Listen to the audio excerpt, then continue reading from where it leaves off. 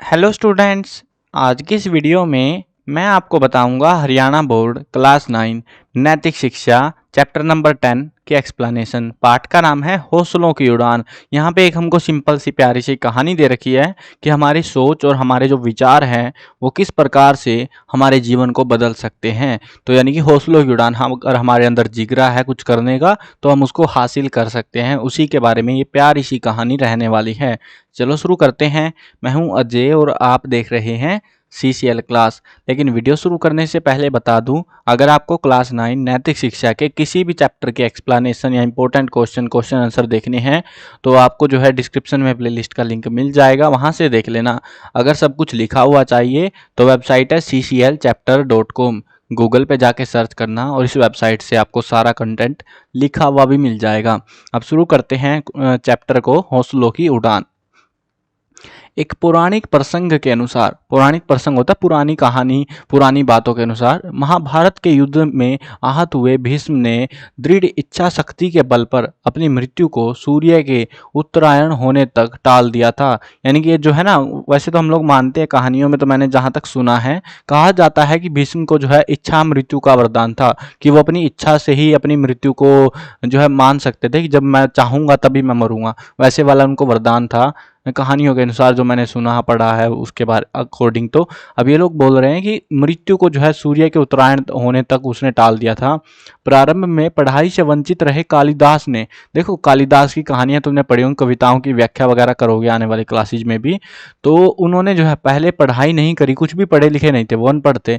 कालिदास के अनवरत अध्ययन ने उन्हें महाकवि के पद पर अभिषिक्त किया। यानी कि उसको जो है उस लेवल तक पहुंचा दिया उसकी खुद की मेहनत ने। और जन्माद्य सूरदास ने साहित्य के क्षेत्र में वात्सल्य के चरम को छू लिया। विश्व के इतिहास में ऐसे बहुत सारे उदाहरण हमें देखने को मिलते हैं कि जब शारीरिक रूप से आसक्त लोग, यानी कि शारीरिक रूप से जो है वो उस लेवल के ताकतवर नहीं है, लोगों ने भी मन को शक्ति के बल पर न केवल अपने लक्ष्य को प्राप्त किया अभी तो अपने जीवन को आदर्श रूप में स्थापित भी किया। तो ऐसे हमें बहुत सारे उदाहरण देखने को मिलते हैं। दृढ़ संकल्प के सामने शारीरिक निशक्तता भी आड़े नहीं आती। किसी कवि ने क्या खूब कहा है, कुछ पंक्तियां हैं जो कि बहुत पॉपुलर भी है, सुनी भी होंगी। मंजिल उन्हीं को मिलती है जिनमें जान होती है, पंखों से कुछ नहीं होता, हौसलों से उड़ान होती है। ये पंक्तियां सुनी होगी ना आपने, तो ये वही पंक्तियां यहाँ पे हमको मोटिवेट करने के लिए दी गई हैं। अब भारतीय प्रशासनिक सेवा के लिए वर्ष 2014 में प्रथम स्थान पर चयनित ईरा सिंहल शारीरिक निशक्तता पर मन की शक्ति की विजय का अप्रीतम उदाहरण है। कि यानी कि वो शारीरिक रूप से कमजोर थी और उसके बाद भी वो उस लेवल पर पहुंची। ईरा उन व्यक्तियों के लिए जीवन प्रेरणा स्रोत है। ये कहानी, अब हम ईरा की कहानी पढ़ेंगे पूरी, तो ये जीवन प्रेरणा स्रोत है जो मामूली अभावों का रोना रोते हुए अपने पुरुषार्थ को परिस्थितियों के बहाव में बहा देते हैं। यानी कि लोग क्या करते हैं, लोग अपना जो है मेरे पास ये नहीं है, मेरे पास वो नहीं है, मैं तो नहीं कर सकता, मैं तो ये हूँ वो हूँ, और जो काम उसका अगर वो मन कर रहा है लेकिन उसके पास रिसोर्सेज नहीं है तो उसके बावजूद वो जो है, वो लोग जो सामने आते हैं हमें उन वही जो है कुछ कहीं ना कहीं हमको प्रेरणा देते हैं कि उनके पास कुछ नहीं था फिर भी उन्होंने अपने जीवन में बहुत कुछ हासिल कर लिया। और एक हम लोग हैं जिनके जीवन में बहुत कुछ है लेकिन हम कुछ भी हासिल नहीं कर पा रहे हैं। तो वो सारी क्या है, वो इच्छा शक्ति के ऊपर डिपेंड करता है, हमारी सोच के ऊपर डिपेंड करता है। मेरठ के एक शिक्षित परिवार में ईरा सिंहल का जन्म हुआ था। जन्म के समय वह पूर्ण स्वस्थ और सामान्य बालिका जैसी लगती थी, यानी कि जैसे नॉर्मल बच्चा होता है वैसी ही थी वो भी। लेकिन कुछ समय बाद उसकी रीढ़ की हड्डी असामान्य रूप से बढ़ने लग गई। यानी कि जो शरीर का विकास होना चाहिए था ना जिस हिसाब से, वो बाकी तो नॉर्मल था, लेकिन जो रीढ़ की हड्डी थी, मेन जो स्ट्रक्चरल हड्डी थी, वो एकदम से बढ़ने लग गई। इस रोग का नाम था स्कोलियोसिस। अब हमको जो है इसी रोग की वजह से ये कहीं ना कहीं दिक्कत करेगा। अब इसको स्कोलियोसिस के कारण रीढ़ की हड्डी सीधी रहने की बजाय एस आकार की हो जाती है। एस आकार का मतलब है कि आपका जो शरीर है ना, वैसे तो ऐसा होना चाहिए, यहाँ पे आपकी मुंडी ऊपर और यहाँ पे आपकी टांगे, लेकिन होता क्या है जब ये हमारी सिर्फ हड्डी हड्डी बढ़ती है तो हमारी जो है ना मुंडी तो ऐसे ही रहती है और ये ऐसा हो जाता है, नीचे की जो रीढ़ की हड्डी है ऐसा कुछ जो है शेप बनने लग जाता है। ऑपरेशन में जान का खतरा था कि वो मर सकती थी, इसीलिए माता पिता ने ऑपरेशन कराने का जोखिम नहीं उठाया, कि उसका ऑपरेशन भी नहीं कराया क्योंकि वो मर जाती फिर तो। यही नहीं, एक और चुनौती पिता राजेंद्र सिंहल और उनकी बेटी का इंतजार कर रही थी। आपको लग रहा होगा कि ये तो चलो बीमारी है, इसका तो कोई क्या ही कर सकता है। वे जिस भी स्कूल में उसका दाखिला कराने जाते, स्कूल प्रबंधन ईरा की शारीरिक दिक्कत की वजह से दाखिला देने से में आनाकानी करता, क्योंकि उनको क्या चाहिए था, हट्टे कट्टे बच्चे, लेकिन वो तो हट्टी कट्टी नहीं रही अब तो इसीलिए जो है स्कूल वाले भी उसको जो है दाखिला नहीं दे रहे थे। सामान्यतः शारीरिक चुनौतियों से जूझते लोगों के लिए के प्रति समाज में सदास्यता कम ही देखने को मिलती है, यानी कि उनके प्रति जो भावनाएं हैं ना वो बदल जाती हैं जब शारीरिक रूप से कुछ दिक्कतें आती हैं व्यक्ति के शरीर में। कारण व्यावसायिक बुद्धि को प्राप्त असंतुलित सम्मान ने लोगों की संवेदनाओं को शुष्क कर दिया है। विद्यालय प्रशासन का ऐसा दृष्टिकोण संविधान प्रदत्त समानता के अधिकार का तो उल्लंघन है ही। देखो, हमको एक अधिकार दिया है कानून ने, संविधान ने, कि हम इस भारतवर्ष में सभी लोग बराबर हैं, चाहे हम अपाहिज हैं चाहे कैसे भी हैं, लेकिन यहाँ पर वो चीज़ देखने को नहीं मिलती। कहीं ना कहीं एक ऐसे ही कानून का हम उल्लंघन कर रहे होते हैं। नैतिकता की घोर अवमानना भी है, यानी कि हम जो इंसानियत है उसकी भी तो बेइज्जती है यहाँ पे कहीं ना कहीं। प्रतिष्ठालब्ध शिक्षण संस्थान सूचनाओं के ढेर और तथ्यात्मक ज्ञान उपलब्धता में ही अपने शिक्षण दायित्व की पूर्णता समझते हैं, कि हमको जो है एक प्रॉपर स्ट्रक्चर्ड चाहिए सारा कुछ, हम जो है टेढ़ा मेढ़ा नहीं होने देना चाहते कुछ भी। समाज उन्हें उनसे कहीं अधिक की अपेक्षा करता है। चाहते क्या है कि भैया हम मेहनत नहीं करेंगे, बाकी सब करते रहें। वो वाले जो चक्कर समाज में चल रहा होता है, पहले से चला आ रहा है ये। समाज का संस्कार करना और कमजोरों को ज्ञानार्जन की प्रक्रिया में भागीदार बनाना भी उनका दायित्व है। समाज का सुदृढ़ीकरण और उनका सांस्कृतिक नेतृत्व करना शिक्षण संस्थाओं की दोहरी जिम्मेदारी है। खराब परीक्षा परिणाम आने की संभावना मात्र से हीरा जैसे बच्चों को प्रवेश देने में बाधाएं खड़ी करके वे जाने अनजाने सामाजिक पूर्णता की अवहेलना करते हैं। यानी कि उनको क्या लगता है, ये तो भैया पागल बच्चा है, इससे कुछ नहीं होगा, ये वो है, तो इसीलिए वो पहले ही मना कर देते हैं। जैसे आपने देखा होगा आज के ज़माने में भी बहुत सारे ऐसे स्कूल हैं जहाँ पर क्या है, वो वहाँ पर एडमिशन लेने से पहले ही स्कूल वाले ये देखते हैं, एंट्रेंस टेस्ट वगैरह लेते हैं। ठीक है, किसी बच्चे ने एंट्रेंस टेस्ट क्लियर करने के बाद भी वो उनको ये रहता है कि अगर कहीं ये बच्चा नालायक निकल गया तो उसका वो एडमिशन ही नहीं करते, जिस पे उनको डाउट रहता है। तो ये चक्कर बहुत चलता है, और ख़ास तौर पर प्राइवेट स्कूल्स के अंदर। सरकारी में चलो जैसा तैसा चल रहा है। अरस्तु ईरा को बड़ी कठिनाइयों से स्कूल में प्रवेश मिला। अस्तु, अच्छा अस्तु लिखा हुआ, मैं अरस्तु पढ़ रहा हूँ। अस्तु, अस्तु का मतलब ठीक है। फिर उसके बाद में जो है आगे बढ़ते हैं, तो ऐसे पहले कहते थे, पहले के जमाने में इस्तेमाल किए जाते थे ये शब्द ऐसे। ईरा को जो है बहुत ही मुश्किल से जो है स्कूल में वह एडमिशन मिलता है। कुछ ही दिनों में वह अपनी प्रतिभा और मिलनसार स्वभाव द्वारा अपने साथियों और शिक्षकों के हृदय में स्थान बना लेती है, यानी कि वो सबकी चहेती बन जाती है। बहुत ही होशियार बच्ची थी वो। जरूरतमंद लोगों की सहायता का भाव उसमें बचपन से ही था, वो हर किसी की मदद करना चाहती थी। उसने 8 वर्ष की आयु में, जिस आयु में बच्चे अपने पैसों को टॉफी और कुरकुरे खाने में खर्च कर देते हैं, उत्तरकाशी के भूकंप पीड़ितों के लिए अपने गुल्लक के 91 रुपए भिजवाए थे। ये देख लो, देखो हम कहते तो हैं कि हमारे पास भाई क्या है, 5 रुपये 10 रुपये से क्या ही होगा, लेकिन इस लड़की ने, ईरा ने, उस समय जब उत्तरकाशी में भूकंप आया था, बहुत सारे लोग जख्मी हुए थे, उसके पास सिर्फ 91 रुपये थे, वही इसने भिजवा दिए थे। और जबकि ये उनकी चीज़ी भी खा सकती थी। उसकी इच्छा थी कि वह डॉक्टर बनकर असहाय लोगों की सेवा करे, लेकिन उसके पिता ने बेटी की शारीरिक परेशानियों को देखकर उसे जीव विज्ञान विषय लेने से मना कर दिया, क्योंकि वहाँ पे फिर और ज़्यादा दिक्कत होती। उनका कहना है कि मुझे लगा ईरा मेडिकल की पढ़ाई तो कर लेगी, पर खड़े होकर सर्जरी करने में ईरा को दिक्कत होगी, क्योंकि उसकी रीढ़ की हड्डी बढ़ी हुई थी ना, तो वो दिक्कत थी, तो इस वजह से उसने मना कर दिया, वो खड़ी नहीं रह सकती थी। उसको मजबूरी में कंप्यूटर इंजीनियरिंग में प्रवेश लेना पड़ा। बेमन के रंग की पढ़ाई करते हुए भी वह हर बार अच्छे अंक प्राप्त करती।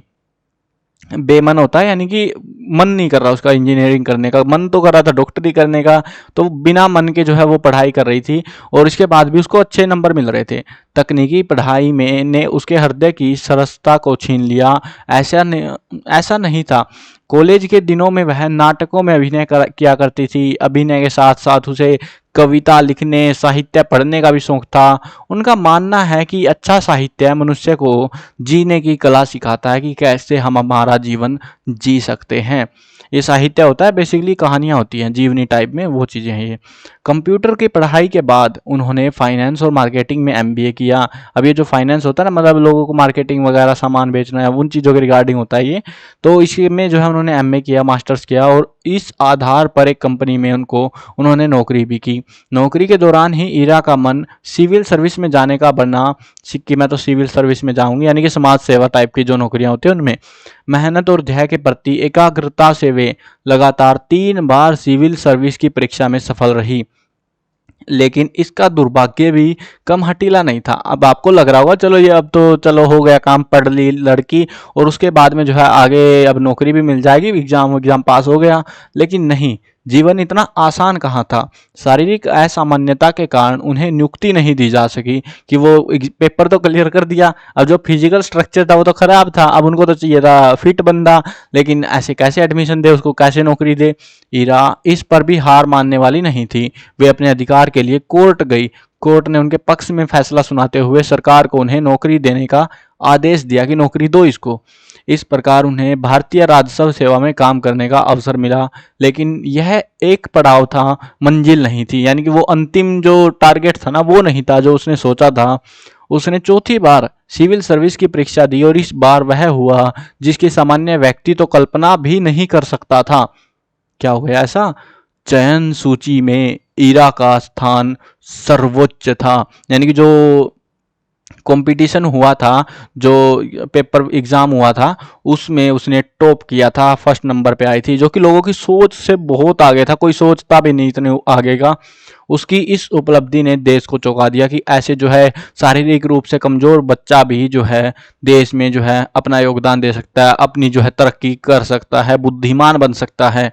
उसने सिद्ध कर दिया कि यदि इरादे मजबूत हों तो कोई मंजिल दूर नहीं है। उसकी यह संघर्ष गाथा उन युवक युवतियों के लिए प्रेरणा स्रोत बन सकती है जो छोटी सी असफलता मिलने पर भी जीवन को निसार समझने लगते हैं। जो ऐसे बच्चे हैं ना 20 में से 19 आ गया यार, 1 नंबर कट गया, मेरी जिंदगी खराब है, मैं पढ़ क्यों नहीं पाई। तो अगर ऐसे बच्चे हैं जो छोटी सी असफलता, वो असफलता तो है ही नहीं, और अगर उसके 20 में से 2 ही नंबर आ जाए तो भैया वो तो ऐसे मरने को हो जाएंगे वो बच्चे। तो ये जो है हमें सिखाती है कि इतनी सारी कठिनाइयों के बावजूद भी ये आगे बढ़ी और अपना जो है हार नहीं मानी इन्होंने कभी भी। हताशा के अंधकार में डूबकर वे अपने स्वाभाविक शक्ति का शरण कर लेते हैं। ईरा कहती है, सफलता को जीवन या मरण का विषय नहीं बनाना चाहिए। पास नहीं हुए तो क्या हुआ, इसका ये मतलब कतई नहीं है कि जीवन खत्म हो गया है। यानी कि जीवन का मतलब पास होना नहीं है, जीवन का मतलब है जीना। पहले जियो और उसके बाद जो है काम करते रहो अपने जीवन में, जो आपका टारगेट है उसको हासिल करने के लिए जी जान लगा दो। जान नहीं, बस कहने को है जी जान लगा दो, ठीक है, पूरी मेहनत करो। एक काम में सफल नहीं हुए तो दूसरा करेंगे, लेकिन करेंगे जरूर, मरेंगे नहीं। निराशा और मुसीबतें सबके जीवन में आती हैं, यह एक सार्वभौमिक सत्य है। असफलता की अंधकारमय अनुभूति से सफलता का प्रकाश फूटता है। कठिनाइयों का स्वरूप कैसा है? देह की प्राप्ति में कोई सहयोग है या नहीं है। देखो हमारा जीवन ऐसा ही है, कहीं ना कहीं कठिनाइयां आती है, कभी अच्छा माहौल चल रहा होता है। ऐसा होता है ना, कई बार आपके जो है क्लास में अच्छे नंबर आ रहे होते हैं, लगातार आते जाते हैं, फिर एक टाइम आता है जब आपका प्रदर्शन क्लास में जो मार्क्स हैं वो गिर जाते हैं, फिर आपको बहुत बुरा सा लगता है। हो सकता है आपके पीछे आप पढ़ाई नहीं कर रहे हो, या पढ़ाई कर रहे हो आपसे नहीं हो पा रहा फिर भी, तो ऐसे बहुत सारे कारण होते हैं। लेकिन हमको कुल मिला के एक ही बात है कि हमको हार नहीं माननी चाहिए। परिस्थितियों का प्रभाव अनुकूल या प्रतिकूल, इससे कोई विशेष प्रभाव नहीं पड़ता। प्रभाव इस बात का पड़ता है, इस बात से है कि इस अंधकार में प्रकाश ढूंढने की आपकी शक्ति कितनी है, आप कितनी उम्मीद लगा के बैठे हो उस काम से। इस प्रकाश का स्रोत कहीं बाहर नहीं, आपको अपने अंदर खोजना पड़ेगा। मतलब आपको डिसाइड करना है, आप जो कर रहे हो आप उसको पूरा फाइनल तक पहुंचा सकते हो या नहीं पहुंचा सकते। यही खोज न केवल आपके जीवन को बल्कि दूसरों के जीवन को भी आलोकित करने का सामर्थ्य पैदा करेगी। यानी कि जो ये आपकी सोच है ना, ये आपको अपने अंदर नहीं बाकी लोगों के अंदर भी आपको फेमस बनाएगी, आपकी पर्सनालिटी को इम्प्रूव करेगी। कहीं ना कहीं देखो, हमें जो है ये चैप्टर तो वैसे खत्म हो गया है, इसमें छोटी सी कहानी थी इरा की, जो कि अपाहिज थी और उसने जो है अपने जीवन में संघर्ष करते हुए समाज की सेवा करी और ऐसे जो है कह सकते हो कि तरक्कियां या ऊंचाइयां हासिल करी, जिसको जो है आम व्यक्ति, जो नॉर्मल व्यक्ति होता है, वो सोच भी नहीं सकता। तो ये कहानी थी और इसमें हमें कुल मिला के यही सीखने को मिला कि हमें हमारे जीवन में कभी भी हार नहीं माननी चाहिए। असफलताएं चलती रहती हैं, लेकिन अगर हमारा इरादा बुलंद है, हम उसको करना चाहते हैं, तो हम फाइनली उस डिसीजन तक, उस फाइनल जो हमारा टारगेट है उस तक अचीव कर सकते हैं।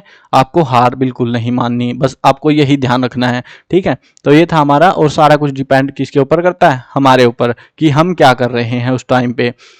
तो ये थी कहानी, प्यारी सी छोटी सी कहानी थी। आई होप आपको भी कुछ सीखने को मिला होगा। बाकी हाँ, इससे इंपॉर्टेंट क्वेश्चन ठीक ठाक ही आएंगे, ज़्यादा उम्मीदें मत लगाना इस चैप्टर से। बट हाँ, ये जरूर है कि आपको सीखने को मिला है इस चैप्टर से बस। चलो मिलते हैं नए वीडियो में, बाय बाय।